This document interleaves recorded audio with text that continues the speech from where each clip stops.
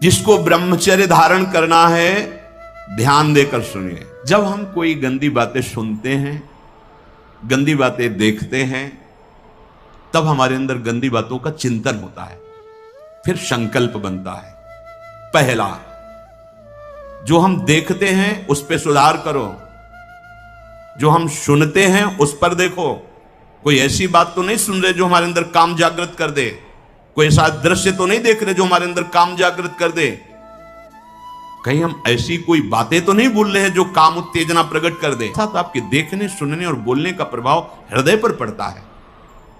यदि आपका देखना, सुनना और बोलना गंदा है, गंदे का भाव आप समझ रहे होंगे, कामोत्तेजना बढ़ाना वाला है, बेकार की बातें केवल ब्रह्मचर्य की होंगी, तुम ब्रह्मचारी रह ही नहीं सकते। आप देखो गंदी बातें, सुनो गंदी बातें, बोलो गंदी बातें, और आप ब्रह्मचारी रह सको, सवाल ही नहीं उठता। जैसे आप गंदी बात देख रहे हैं, सुन रहे हैं, आप कोई चेष्टा नहीं कर रहे, तो भी आप ब्रह्मचारी नहीं रह पाओगे। वर्णन हुआ है शास्त्रों में, एक मनोवाह नाम की नाड़ी है पूरे शरीर में, ऐसा कहीं जैसे पित्त की थैली होती है, ऐसी कोई ब्रह्मचर्य वाली थैली नहीं है। ये यहां में हर नस नाड़ी में वो व्याप्त है सप्तम धातु। मनोवाह नाड़ी, जो ही आपका चिंतन विकारात्मक हुआ, वो नाड़ी घसीटती पूरे शरीर से उस सप्तम धातु को, और वो घसीट लिया, आपने क्रिया की या नहीं की, आपका चिंतन बिगड़ा हो गया, वो किसी न किसी बहाने से लघु शंका में, स्वप्न में, कैसे भी बाहर हो जाएगा, वो नहीं रुकेगा। संकल्प रहित, भोग संकल्प रहित हृदय कब होगा?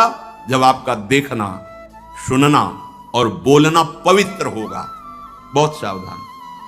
आज सावधान होना तो बहुत ही कठिन है, क्योंकि मोबाइल है। एक दृश्य देखा आज मिलने की, एक वैश्या किसी के साथ जंगल में ऐसे, उस दृश्य ने नीच आचरणों में फंसा दिया। एक दृश्य देखा, सौभरी ऋषि ने मछली की 50 राजकुमारियों से ब्याह किया जाके मानधाता की। दृश्य ही देखने मात्र से भ्रष्ट हो जाना होता है। फिर आप उसको तो सर्च करके, इच्छा करके देख रहे हैं। हाथ जोड़कर प्रार्थना है, इस आग से बचो। ये आग तुम्हारे सुकृतों का नाश करके, तुम्हारी जीवनी शक्ति का नाश करके तुम्हें ऐसे चिंता, शोक, ऐसे दुख में फंसा देगी, फिर नहीं निकल पाओगे। हम बातें बड़ी ऊंची ऊंची धर्म की करते हैं, लेकिन नींव नहीं है धर्म की।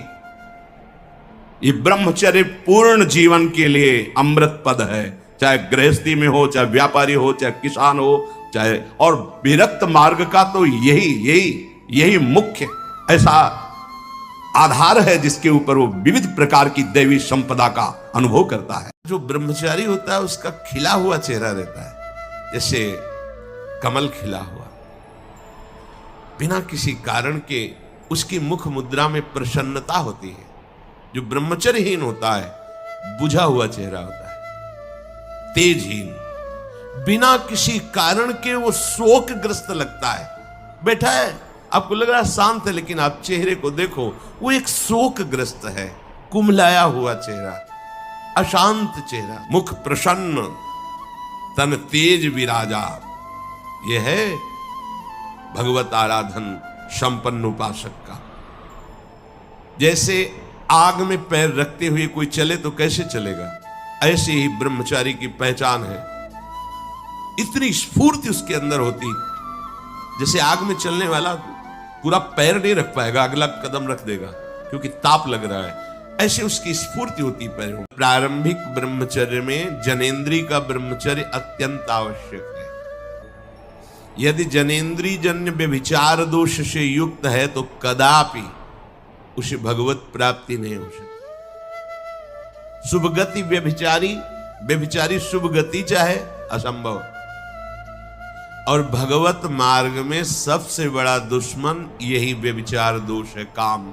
इसी से हमारा हृदय मलिन होता रहता है। हमें 50 वर्ष हो गए, अरे 50 जन्म हो जाए, तुम व्यभिचार करो, गंदी बातें करो, गंदे चिंतन करो, सो समय व्यतीत कर, अनंत जन्म व्यतीत हो गए, भगवत प्राप्ति हुई क्या? 50 वर्ष से भगवत प्राप्ति हो जाएगी क्या? 5 मिनट काफी है भगवत प्राप्ति में, एक बार नाम काफी है। वो स्थिति तो लाओ।